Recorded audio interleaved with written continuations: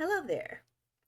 My name is Radiah Mallard, and I am a casualty assistance representative for military veterans. Now, I am a little bit about me. I served almost 22 years in the United States Army as a warrant officer. And one of my assignments and trainings as a warrant officer was to be a casualty assistance officer. So if you are watching this video, then you have an understanding of what a casualty assistance officer does. Basically, their job is to connect military members to and their family members, the surviving family members and children, to resources that will help them to recover financially, and sometimes it can help them connect to resources that will help them recover mentally. But what I've discovered is that there is a gap, right, between military service members receiving casualty assistance that are active duty and members that are veterans receiving casualty assistance. And if there is some type of availability for casualty assistance after your service member has exited the military, there are limited, it's not an area that's funded in the VA, right? Not to a point where it can really handle the level of deaths that occur amongst veterans and their families as they're aging, after they retire, after they exit the military, regardless of the cause of death. There is still a void that's left, right? Especially if this family member was the main breadwinner. Okay, so for instance, if you've exited the military, now you're receiving VA benefits, you may be receiving retirement benefits, and you may even be receiving Social Security benefits. Now, those of you who have served more than 20 years, that's a pretty nice piece of change. And that's a pretty big chunk of the financial support for the family. But when that veteran dies, how does that family then, number one, get access to the resources so that they continue to have some level of financial stability? And two, and most importantly, what resources are out there to help them to recover from the loss of this very important family member? So this is where I come in. Okay. It took me years to figure out, like, what do I call myself? Because there's really not anything on the civilian sector that really compares to the service that I provide. So I just connected it back to my military service and said, I am still a casualty assistance officer. I'm just not an active duty casualty assistance officer. And so, what I do for families and what I have done on my Plan the Course website is the initial shock of a loss leaves many questions that need to be answered, right? And that's from everything from getting the death certificate to how to plan the funeral to how to connect to the resources to help you plan for the funeral.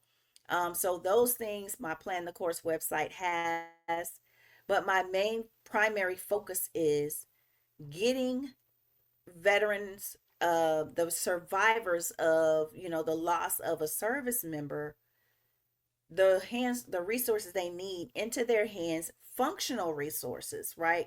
Because we could call 211, like most more than likely, if you ask for help, you're going to get referred to 211, which is through the United Way or something like that, and that's cool. But what if that organization is no longer working, right? So the United Way and organizations like it, they are only referral agencies. um and so if they have a lot of things to refer, and maybe they're not making sure that these programs are still in existence and stuff, then that can cause a mental stress on the family member. What can also cause a mental stress on the family member is If there was no will in place, if there were no instructions left in place, how do we then get access to the bank accounts? How do we get access to the benefits that are set aside for the family members? This is where I come in, right? Because the resources that I'm going to provide to you are viable resources, but I'm not just going to give you this number and say, hey, just contact them. No, no, no, no. I have created a military guide, right, for when your loved one passes away, right? And it is called the Final Moments Guide for Military Members. Now, this guide does not just give you phone numbers to call, it actually tells you what you need to gather to prepare. And how I came about developing this is when my father died in 2017. I had to go through this process of digging into the internet, going down these different rabbit holes, trying to find the right number to call for the funeral services. Who do I need to contact for funeral services? How does this work with what type of insurance did my father have? How do I get access to the bank account? How do I do these things, right? Now, of course, I'm a military member myself. And so I had some familiarity being a casualty assistance officer, active duty side. But on once you get out of the military, now it's almost like a little treasure hunt for you to find what you need, right? And it's not just the financial side that is challenging, like did you know that you could get reimbursed for some of your funeral expenses through the VA? Did you know that? Like if you spent money on the funeral of your loved one because maybe they didn't have insurance or anything like that, did you know that the VA will reimburse you those funeral expenses up to a certain amount? They will. They will. How do I know? Because I dug and found that, right? And all I had to do was provide my receipt showing that I had paid this amount of money and I was able to get the reimbursement, right? Up to a certain amount. Now, that was huge for me because when my father passed away, I ended up spending upwards of $10,000 going back and forth because he was sick before. I had to go find out what worked for him for because he had had a stroke. So I was going back and forth to the VA in his area trying to find out what this thing looks like, right? What's out there for my dad that can put him in a position to where he's not rotten in some nursing home to where people are not going to be taking care of him. Like all of this stuff, I had to do this, y'all. I had to find a suitable place for him to be, and once I have found that suitable place, that's when his health started to decline and he passed away. So I've been through this, right? And I know what it looks like, but I have been blessed with the ability through my experience as a warrant officer and having to do research. I know how to find stuff, okay? And I have found many different ways for reimbursements, but it's not just about the financial piece because when you are have no financial stability, you don't have an opportunity to grieve, you don't have an opportunity to process, you don't have an opportunity to put your family back together again, finding this new norm, right? So I also have resources that are free, right? That I can direct family members to for that side of it. So I look at, because I'm a warrant officer and because I was very analytical and my mind just works that way, I don't just look at this one piece. I look at things holistically, right? So holistically, the person is not just about the financial piece, it is also about the mental health piece and the mental recovery piece of this loss, right?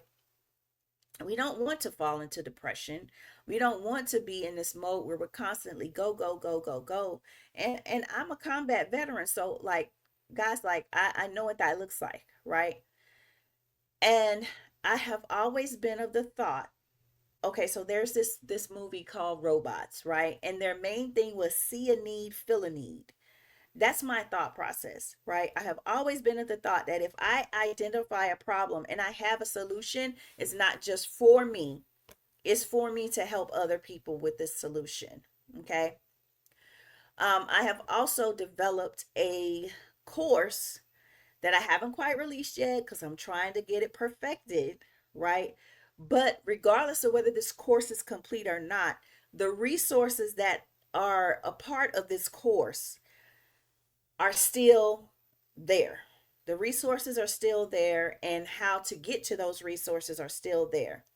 So I'm talking about in this course, I talk about mental health recovery. I talk about financial recovery. How do you get all the documents together? Like, what do you need to do immediately following a death? I have a free booklet that says the top 3 things to do after the funeral, right? These are the top 3 things that I suggest you do that don't take a whole lot of effort, right? It may take a little bit of pre preparation for you to get this stuff together, but I'm telling you exactly what you need in order for you to get the help that you need. So you're not making a million different phone calls and making a million different trips somewhere. You are prepared and you have the answers that people are going to ask you for. You have the resources that people are going to ask you for in order to get you the help you need. Okay? That is free. Top 3 things to do after funeral. That is free. All right? What I will begin to do is because I have also um not only do I have the final moments guide for military members, but I also have, um, different PDFs that I have placed on my Facebook page at Plan the Course Facebook page.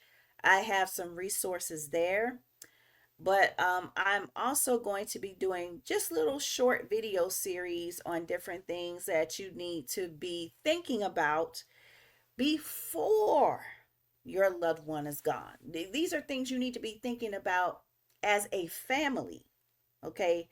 As a military family. It is appointed, the Bible says that it is appointed once for a man to die. We're all going to die. And I know you don't want to talk about it, and I know you don't want to think about it. But after it's happened, it's kind of like too late to be like, oh my gosh, I should have planned. So I like to talk about things that people don't like to talk about. So these are things that I'm going to start putting together and putting out there. And if you have any questions, please do contact me.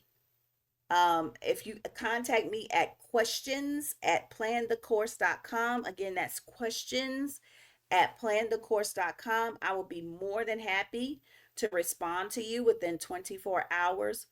But a lot of the things that you're going to need are in my final moments guide. I have something to help you get organized and stuff while you're going through this process, right? Whether this person had a plan or not, I guarantee you the stuff that I have is really going to help you. The documents that I have put together are documents that I created out of my experience that have helped other people to navigate through the days and weeks and months following the death of their loved one that was in the military. Okay. So, this is just my introductory video. I hope to see you, hear from you soon. And I would love to get your feedback on the things that I am going to provide to you in the days ahead. So, welcome to Plan the Course.